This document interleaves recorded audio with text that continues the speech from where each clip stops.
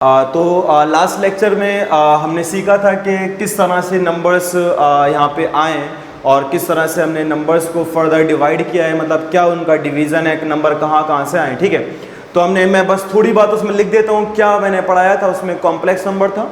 Complex number ने दो part में डिवाइड किया। पहला पार्ट क्या था, रियल नंबर, और जो दूसरा वाला पार्ट था वो हमारा इमेजिनरी नंबर था। ठीक है, हमने लास्ट वाले लेक्चर में समझा था कि इमेजिनरी नंबर क्या होता है, और उम्मीद करता हूँ कि वो बात आपकी समझ में आ गई होगी कि इमेजिनरी नंबर होता क्या है। ठीक है, चलो ऐसा करते हैं, थोड़ा सा और इमेजिनरी नंबर की तरफ थोड़ा सा और चलते हैं, मतलब थोड़ी मुश्किल बात सीखते हैं, थोड़ी सी मुश्किल और समझते हैं। किसके बारे में, आई के बारे में। ठीक है, आई के बारे में थोड़ा सा और मुश्किल चीज़ें समझते हैं। क्या मुश्किल, सी का आई स्क्वायर की वैल्यू -1। मैं बोलूँ आई की वैल्यू क्या होगी, आंसर आया √-1। ठीक है, थोड़ा सा और आई क्यूब, थोड़ा सा और मुश्किल ले रहे हैं, हजम करने की कोशिश करना। आई क्यूब लिया, अब इसका क्या वैल्यू होगी। अब मन में आया सर आपने तो यही बोला था कि बस आई स्क्वायर को याद रखना है, क्या आई स्क्वायर की वैल्यू -1 होती है, लेकिन ये तो आप आई क्यूब दे रहे हो। अब आई क्यूब हमें क्या पता होगा। ठीक है, चलो समझते हैं कि आई क्यूब है क्या। चलो आपको पता क्या है, आपको आई स्क्वायर पता है ना। ठीक है, आप आई क्यूब को तोड़ो, आप आई स्क्वायर को, आई क्यूब को ऐसे लिख सकते हो ना, आई स्क्वायर इंटू आई। सही है। याद करते हैं क्लास 8 को, क्लास 7 को, चैप्टर का नाम था एक्सपोनेंट एंड पावर। प्रॉपर्टी थी कि when base is same then power will add. Base same है, पावर को ऐड करूंगा, यही तो आएगा ना। अब आई क्यूब को ऐसे लिखा, आई स्क्वायर की वैल्यू -1 इंटू आई, और -1 को आई के साथ मल्टीप्लाई किया, आंसर आ गया -i। याद नहीं रखनी है, याद तो सिर्फ इसी को रखना है भैया, क्या आई स्क्वायर की वैल्यू क्या है, लेकिन उससे ये भी निकाल सकते हैं। अच्छा, इसके अलावा अगर मैं बोलूं आई की पावर 4, तो अब तो मन में समझ में ही आ गया होगा कि आई स्क्वायर इंटू आई स्क्वायर, आई स्क्वायर -1 इंटू -1 इंटू -1 किसके बराबर, 1 के बराबर। तो आई की पावर 4 की वैल्यू क्या हो गई, 1 के बराबर हो गई। अगर अब मैं बोलूं कि आई की पावर 5 की वैल्यू क्या होगी, अब इसको कैसे तोड़ूं, इसको लिख सकता हूं आई स्क्वायर इंटू आई। सही है ना। When base is same then power will add. आई सबका बेस सेम है, पावर 2 + 2 4 + 1 5। सही है। आई स्क्वायर की वैल्यू -1, आई स्क्वायर की वैल्यू -1, आई को ऐसे लिखा -1 इंटू -1 प्लस का 1 इंटू आई, तो आई की पावर 5 की जो वैल्यू हो गई वो कितनी हो गई, आई हो गई। ठीक है, अब एक बार ओलंपियाड में इसी के ऊपर क्वेश्चन पूछा गया था। ओलंपियाड जो क्लास 9 का ओलंपियाड था ना, उसमें इमेजिनरी नंबर के ऊपर क्वेश्चन पूछा गया था। अब इमेजिनरी नंबर के ऊपर क्या क्वेश्चन पूछा था, लेवल जो है वो थोड़ा सा हाई रहता है, लेकिन समझाएंगे समझ में आएगा आपके। उसने क्या किया, उसने आई की वैल्यू ना बड़ी बड़ी लिखी। क्या, आई की वैल्यू 100, क्योंकि आई, बहुत सारे लोग सिर्फ यही जानते हैं कि आई स्क्वायर की वैल्यू -1 है, लेकिन ये नहीं पता होता कि आई की पावर 100 की वैल्यू क्या होगी, या मैं ऐसे लिखूं कि आई की पावर 13 की वैल्यू क्या होगी, या आई की पावर आपका 45 की वैल्यू क्या होगी, या आई की पावर 6 की वैल्यू क्या होगी, या आई की पावर आपका 4 2 3 2 0। मतलब बहुत बड़े बड़े नंबर ले लिए और उसको आई की पावर में लिख दिया, और आई की पावर में लिखने के बाद हमने बोला कि उसकी पूरी वैल्यू क्या होगी। ठीक है, तो मन में बहुत सारी चीज़ें आएंगी कि भैया अगर छोटा नंबर होगा तो मैं उसको ऐसे लिख लूँगा, लेकिन ये आई की पावर 100 को मैं कैसे लिखूँगा, और लिख भी नहीं पाऊँगा, और लिख भी लिया तो फिर उसमें आंसर निकालने में तो बहुत टाइम लगेगा। ठीक है, तरीक़ा समझते हैं। तरीक़ा क्या, फ़र्ज़ी तरीक़ा समझते हैं। अब फ़र्ज़ी तरीक़ा मतलब डायरेक्ट करना होगा। अब डायरेक्ट कैसे करेंगे, तो याद रखना कि अगर आई की पावर, अगर सुनना अच्छे से, अगर आई की पावर 4 4 या 4 से बड़ी हो जाए, अगर कभी भी आई की पावर 4 या 4 से बड़ी हो जाए ना, तो आप उस पावर को 4 से डिवाइड करना। बात समझ में आ रही है कि i की पावर अगर क्या हो जाए 4 या 4 से बड़ी हो जाए तो हम उस पावर को क्या करेंगे 4 से डिवाइड करेंगे, ठीक है। और डिवाइड करने के बाद जो चीज जो नंबर रिमाइंडर में बचेगा फाइनली वो i की पावर में आ जाएगा, ठीक है। मैं लिखता हूं, ठीक है। तो जब i की पावर 4 या 4 से बड़ी हो जाए तो हम पावर को 4 से डिवाइड करेंगे, ठीक है। एक ऐसी लैंग्वेज जो सबकी समझ में आती है जिसको मैसेज लैंग्वेज बोलते हैं, ठीक है। इसी लैंग्वेज में लिख दिया कि जब i की पावर 4 या 4 से बड़ी हो जाए तो हम पावर को 4 से डिवाइड कर देंगे, ठीक है। चलो समझते हैं। i की पावर 100, 4 से तो बड़ा है ना, चलो 100 को 4 से डिवाइड किया, 4 2 8 एंड 4 5 20, कितना रिमाइंडर बचा 0, कितना रिमाइंडर बचा 0। हमने क्या बोला कि जो रिमाइंडर बचे उसको फाइनली i की पावर में लिख दो, आसान हो गया ना। अब i की पावर 0 की वैल्यू क्या होती है, 0 का दोस्त कौन 1। 0 ने क्या बोला, अगर मैं किसी के पावर में आके बैठा तो मैं अपने दोस्त को लेके आऊंगा, मेरे दोस्त का नाम 1 है, तो i की पावर 100 की वैल्यू क्या हो गई 1 हो गई। अगर भरोसा ना हो तो भरोसा करने की कोशिश करना, मैं इसकी वैल्यू निकालने की कोशिश करता हूं, i की पावर 4 की वैल्यू 1 आई, ठीक है ना। अब क्यों 1 आई, उस तरीके से भी 1 आनी चाहिए, करते हैं भैया। 4 को 4 के साथ डिवाइड किया, रिमाइंडर 0 बचा, i की पावर 0 की वैल्यू 1 5 है। अगर मैं 5 को 4 से डिवाइड करूंगा तो रिमाइंडर 1 बचेगा और i की पावर 1 मतलब i, समझ में आ गया ना। अब ये 13 है, अब मैं 13 को 4 से डिवाइड करता हूं, 4 3 12 हो गया, कितना रिमाइंडर बचा 1 बचा, तो इसको फाइनली i के ऊपर कर दूंगा, i की पावर 1 किसके बराबर i के बराबर, ठीक है। फिर क्या है 45, 45 को मैं डिवाइड करता हूं 4 से, 4 1 4 5, 4 1 4 5 में से 4 गया 1, कितना रिमाइंडर बचा 1, फौरन i के ऊपर i की पावर 1 कितना आ गया i आ गया, ठीक है। फिर क्या है 6 को डिवाइड किया 4 के साथ, 2 रिमाइंडर बचेगा, उसको i की पावर 2 में लिख दो, पावर में लगा दो, पावर में लगा दिया तो i की पावर 2 की वैल्यू क्या होती है -1। बात समझ में आ रही है। इसी तरह से ये 4 2 3 2 0 को भी मैं 4 से डिवाइड करूंगा, जो इसका रिमाइंडर बचेगा उसको मैं i की पावर में लिख दूंगा, और जो i की पावर में लिखूंगा फाइनली वही मेरा क्या होगा आंसर हो जाएगा। बात समझ में आ रही है ना। अच्छा, तो यही सारी चीज़ें जो है ना ओलंपियाड में पूछा गया था कि i के ऊपर यही ओलंपियाड में क्वेश्चन आया था कि उसने छोटी पावर नहीं लिखी थी, उसने जो पावर लिखी थी वो बड़ी पावर लिखी थी, और बड़ी पावर लिखने के बाद बोला था कि आप उसको सिंप्लीफाई करो। तो सिंप्लीफाई हम कैसे करेंगे, हमने क्या बोला कि जब पावर 4 या 4 से बड़ी हो जाएगी ना तो हम पावर को 4 से डिवाइड करेंगे, और जो चीज़ जो नंबर हमारा रिमाइंडर में बचेगा उसी को हम उसकी पावर की फॉर्म में लिख देंगे। बात समझ में आ गई ना। तो यही कुछ इमेजिनरी नंबर के बारे में था।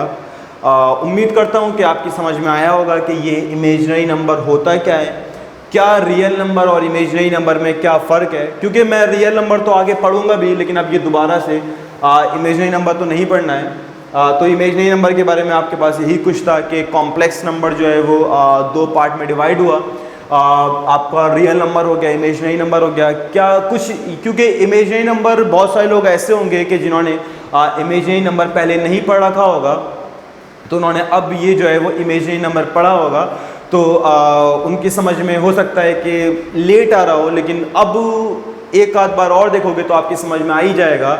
और उम्मीद करता हूँ कि ऐसी समझ में आ जाएगा कि आप कभी उसको नहीं भूलोगे कि रियल नंबर और इमेजिनरी नंबर में क्या फ़र्क है, या इमेजिनरी नंबर होता क्या है, या किसको मैं नंबर लाइन पर लोकेट कर सकता हूँ, किसको मैं नंबर लाइन पर लोकेट नहीं कर सकता हूँ। या अगर जो i की पावर बहुत सारी i की पावर होती हैं हाईएस्ट जैसे बहुत सारी, क्या i की पावर 5000 हो गया, i की पावर 7525 हो गया, या बड़ी बड़ी अगर i की पावर हो जाएंगी तो हम उसकी वैल्यू किस तरह से फाइंड करेंगे।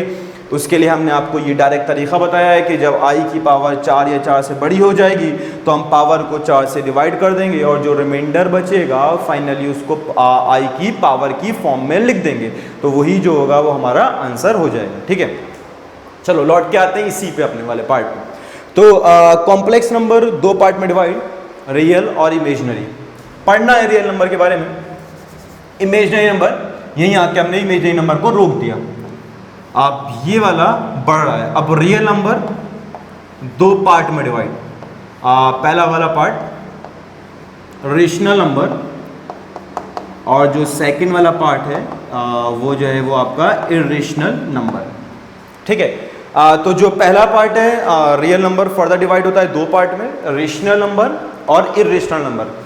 पढ़ना है इसके बारे में। आप क्लास 8 में तो भैया ये पूरा एक चैप्टर है, पढ़ के आए हो, थोड़ा सा और डेप्थ जाएंगे रेशनल नंबर में। इसके अलावा आपको ये समझाएंगे कि इरेशनल नंबर होता क्या है, कैसा उसका रिप्रेजेंटेशन है, नंबर लाइन पे कैसी क्या प्रॉपर्टीज़ है इरेशनल नंबर की, कैसे दो इरेशनल नंबर को ऐड करते हैं, सबट्रैक्ट करते हैं, मल्टीप्लाई करते हैं या डिवाइड करते हैं। अच्छा, इसको यहीं रोकते हैं, रेशनल नंबर को फर्दर डिवाइड करते हैं दो पार्ट में, इंटीजर्स और जो नेक्स्ट है वो आपका फ्रैक्शन है। ठीक है, इंटीजर्स हो गया और फ्रैक्शन हो गया।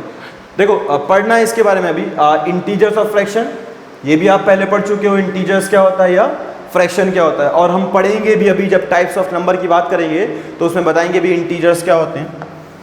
इंटीजर्स या मैं थोड़ा थोड़ा आपको बताता चलूँ कि इंटीजर्स होता है क्या है। तो इंटीजर मतलब all positive number, all negative number including zero except decimal number, मतलब डेसिमल नंबर को छोड़कर जितने भी पॉजिटिव वाले नंबर, जितने भी नेगेटिव वाले नंबर, साथ साथ जीरो को हम क्या बोलते हैं, इंटीजर्स बोलते हैं। इसका मतलब इंटीजर्स जो है वो तीन तरह के होते हैं। पहला इंटीजर्स कौन सा होता है भैया, पॉजिटिव इंटीजर्स। दूसरा कौन सा होता है, नेगेटिव इंटीजर्स। और जो तीसरा होता है उसको हम क्या बोलते हैं, जीरो इंटीजर। मतलब इंटीजर जो है वो इस तरह से डिवाइड होता है, पॉजिटिव हो गया, नेगेटिव हो गया और जीरो। ठीक है, फ्रैक्शन, फ्रैक्शन की बचपन में एक टीचर एक डेफिनेशन सिखाता है फ्रैक्शन की, जो स्कूल में सिखाई जाती है, ए पार्ट ऑफ होल। होल का पार्ट, पूरी चीज है उसका पार्ट कर दो, फ्रैक्शन हो गया। ठीक है, या उसकी अपग्रेड वर्जन डेफिनेशन ये बोल सकते हो, the number which is in the form of p by Q where p, q are natural number and q does not equal to zero. तो वो भी आप फ्रैक्शन बोल सकते हो। इसके बारे में भी समझेंगे। फ्रैक्शन जो है वो मेन, ऐसे तो फ्रैक्शन बहुत तरीके के होते हैं लेकिन तीन जो है वो मेन होते हैं। कौन कौन से, प्रॉपर, इम्प्रॉपर और मिक्स। Proper, improper, mix.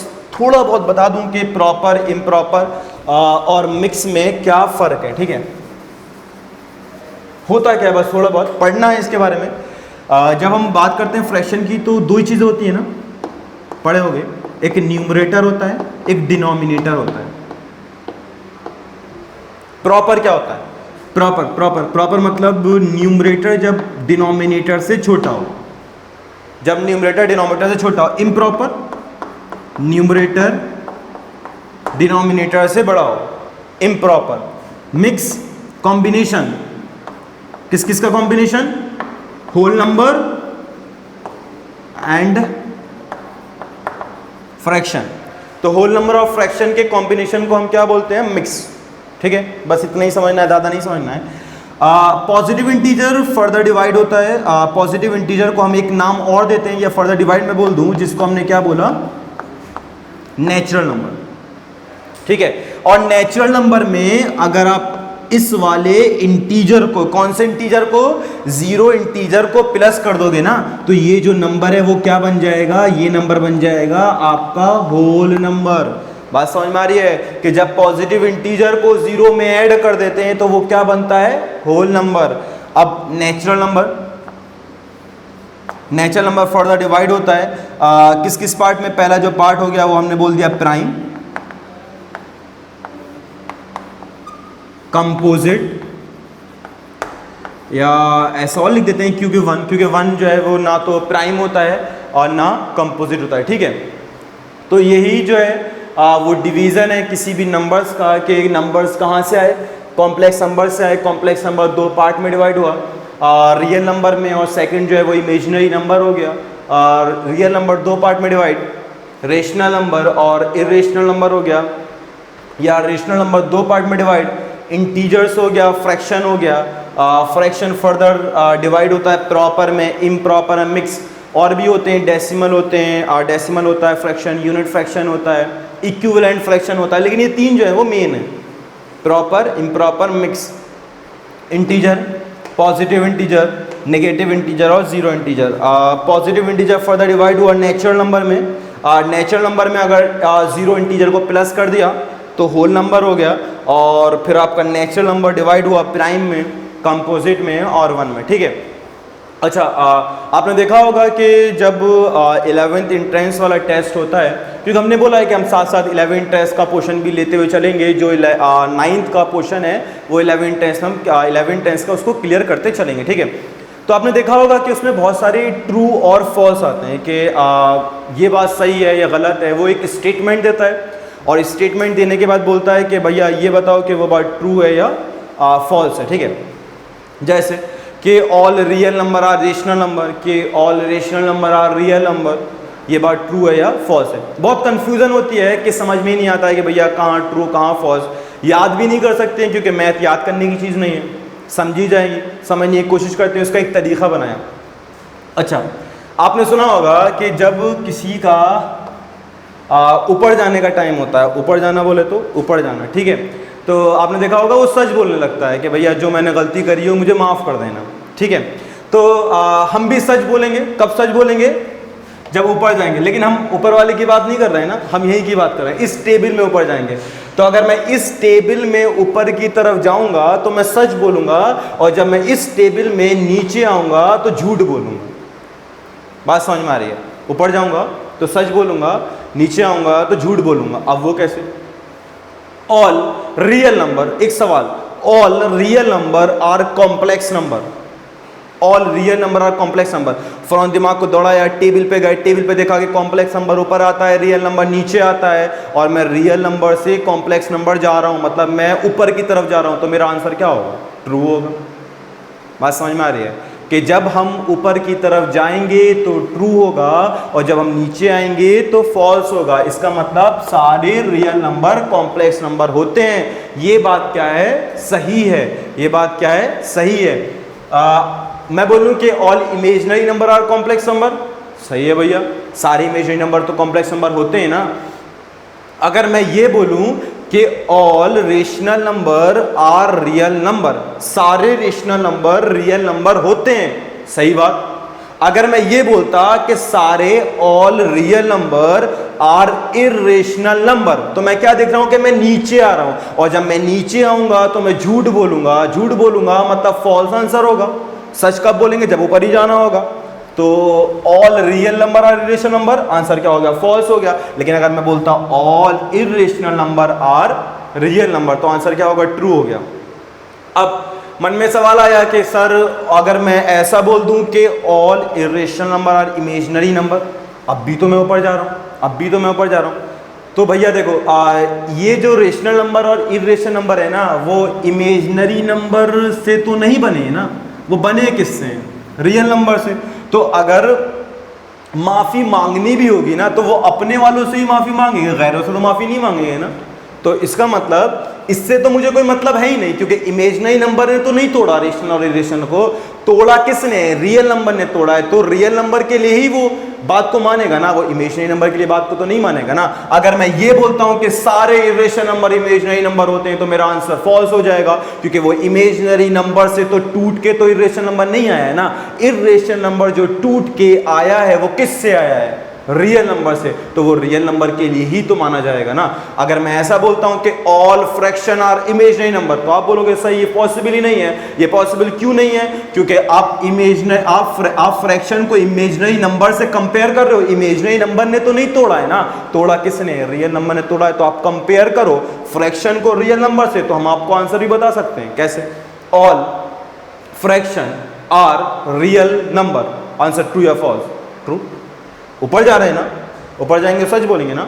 अगर मैं ऐसा बोलता कि all real number are fraction, तो आंसर क्या हो जाएगा?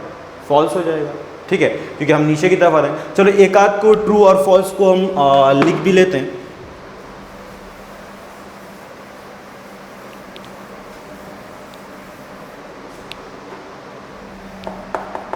जैसे पहला लिख लेते हैं all rational number are real number. Answer क्या हो जाएगा? ट्रू, ऊपर की तरफ। अगर मैं ऐसा लिखता हूं all real number are rational number, answer क्या हो जाएगा? फॉल्स। मैं नीचे की तरफ आ रहा हूं। ठीक है, अगर मैं ऐसे बोलूं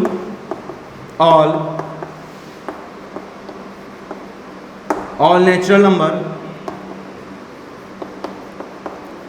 आर कॉम्प्लेक्स नंबर, आंसर क्या होगा? ट्रू, ऊपर की तरफ जा रहे हैं ना। नेचुरल नंबर ये भैया, ये भैया, ये भैया, कहाँ आ गए? यहाँ आ गए, ऊपर की तरफ सच। अगर मैं ऐसा लिखूं ऑल कॉम्प्लेक्स नंबर आर